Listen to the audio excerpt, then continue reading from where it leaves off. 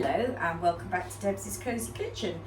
I left you yesterday with my fruit soaking overnight for my Christmas cake in some lovely brandy, and so today we're going to make the Christmas cake. But meanwhile, I've actually been very lucky and I've had my 70th birthday party, and my lovely brother Derek has given me some gorgeous bright bowls, wooden spoon, and a lovely bowl with Deb's Cosy Kitchen on it and all sorts of wonderful things. So I'm going to use all of these to help make the Christmas cake. So first of all, into the mixing bowl goes 10 ounces of softened butter. Put in like that. And then we're going to add 10 ounces of soft dark brown sugar from my lovely Deb's Cosy bowl. And put that on, and it's going to make a little bit of noise this while we whisk it all up. My attachment. There we go. So you want to whisk this up so it becomes, you get all the butter and sugar in nice and smoothly. And then what we're going to do is add the flour and the eggs to it. So that's all looking good. You must make sure you get all the lumps of butter out and mix smoothly, otherwise it will be in the cake and it's not very nice. Right, that looks perfect there. So we're now going to add in, it's 12 ounces of self-raising flour into the mixture. There we go. And I'm going to add a teaspoon of mixed spice. That's the mixed spice one I want. I'm going to add a teaspoon of that using my lovely new spoons, my measuring spoons. And that's a teaspoon of mixed spice into there, and half a teaspoon of cinnamon. Don't worry if you put in a little bit too much, honestly it doesn't matter. So that goes in there. I'm just going to have a quick look in my cupboard because I didn't get out my gravy browning, which I will need to add into my mixture shortly. I'm just going to take my knife. Don't copy me doing this because it's quite dangerous. I shouldn't really do that with a sharp knife, but then that will be ready because I will need that.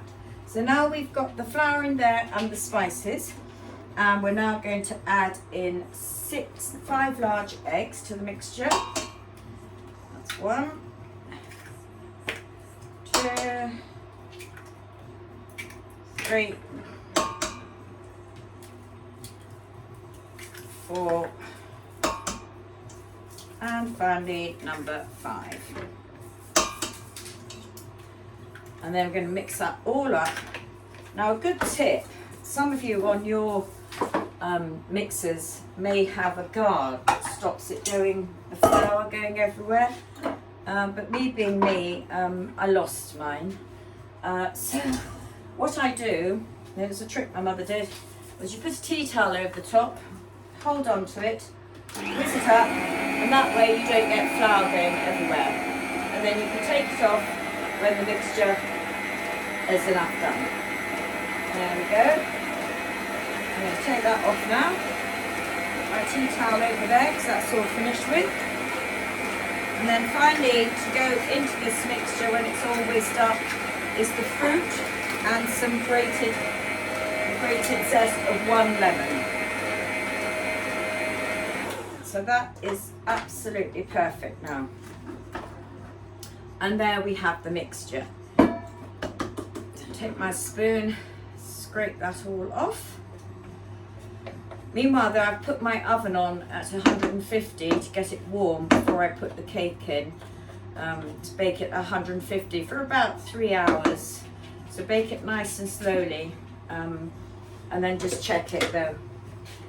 Now I'm going to put in the lemon zest,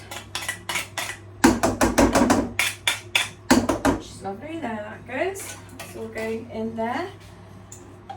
I'm now going to add the gravy browning because this is what makes the cake really nice and dark. It doesn't taste, so don't worry about that, but you do need quite a splodge, and you can add it in there to make it as dark as you like. As I like my Christmas cakes nice and dark. So I'm going to add a bit more to that, and then I'm going to put in all our delicious soaked fruit that had quite a bit of brandy in it, I think, actually, in the end. So that's going to go in, and I'm going to add the fruit. So that was a pound of currants, 7 ounces of raisins, 7 ounces of sultanas, and 4 ounces of glacé cherries. I don't put any mixed peel in mine because I don't like it. I've never put it in, so I don't give my family the option, but I just never put it in. Now we're going to give that a really good stir. You don't stir this with your mixer, you stir it by hand. Because if you stir it with the mixer, all the fruit will get chopped up with the blade, even though it's only a small blade, but it will still sort of squash all the fruit up together. So you want to get this all mixed in really, really well. And at this point you can, if you wanted to, add a bit more brandy, but oops, smelling this, sorry, I just dropped some on the floor. And to remove that before the dog eats it, so I put that there. I don't think I need to add any more brandy to this at the moment, but you can. Some people feed their cakes with brandy during the build up to Christmas, which is fine. So if you do that, you want to just put it in a wrap it in foil, put it somewhere cool to mature, and then add it the brandy, prick holes in the cake, and then drizzle bits of brandy over it, and that is ideal. A bit of cake over there, cake mixture over there, all coming out, making quite a mess of this today. I think I'm probably still recovering from my 70th birthday celebrations at the weekend, which was amazing. All the food cooked here in Deb's Cosy Kitchen, 20 people, family, all sitting round the table outside in a marquee pink, because couldn't get everybody in the house. And that's what Deb's Cosy Kitchen is all about. Sitting around, chatting with family, friends, and just having a fabulous time making memories. So now the cake mixture is going to go into my tin, 8-inch round tin, which has been lined with greaseproof paper, so it gets out nice and easily. In fact, this baking tin here was my mother's, so I use it every year, which is rather nice because it just brings back the memories. It makes me feel a little bit close to her when I'm using her baking things, which is lovely actually. So in it all goes, pack it down. Going to be a nice big cake. It smells delicious actually already. So that's all going to go in like that. I always feel like I should be like a bit of a Blue Peter one. Here's one I prepared earlier, but it's not. So you have to bear with me while we do it. It is great fun. I love making Christmas cakes. I don't know what it is. It's something exciting, the build up to Christmas, a little bit of Christmas music going on in the background, and yeah, good cheer. It's nice. So that's that all done. And can you see how it's a darker brown colour? So that will be really nice. So when it comes out of the oven, it'll be darker than that as well. But it is really, really nice. It's a lovely colour. Just makes it feel Christmassy. And I promise you the gravy browning does not taste. So that's all done now. And what I'm now going to do is pop it in the oven, 150 for about 3 hours, but I'll check it after 2. If you put a knife in it, it comes out clean, then it's all ready. So that's it. We pop it now.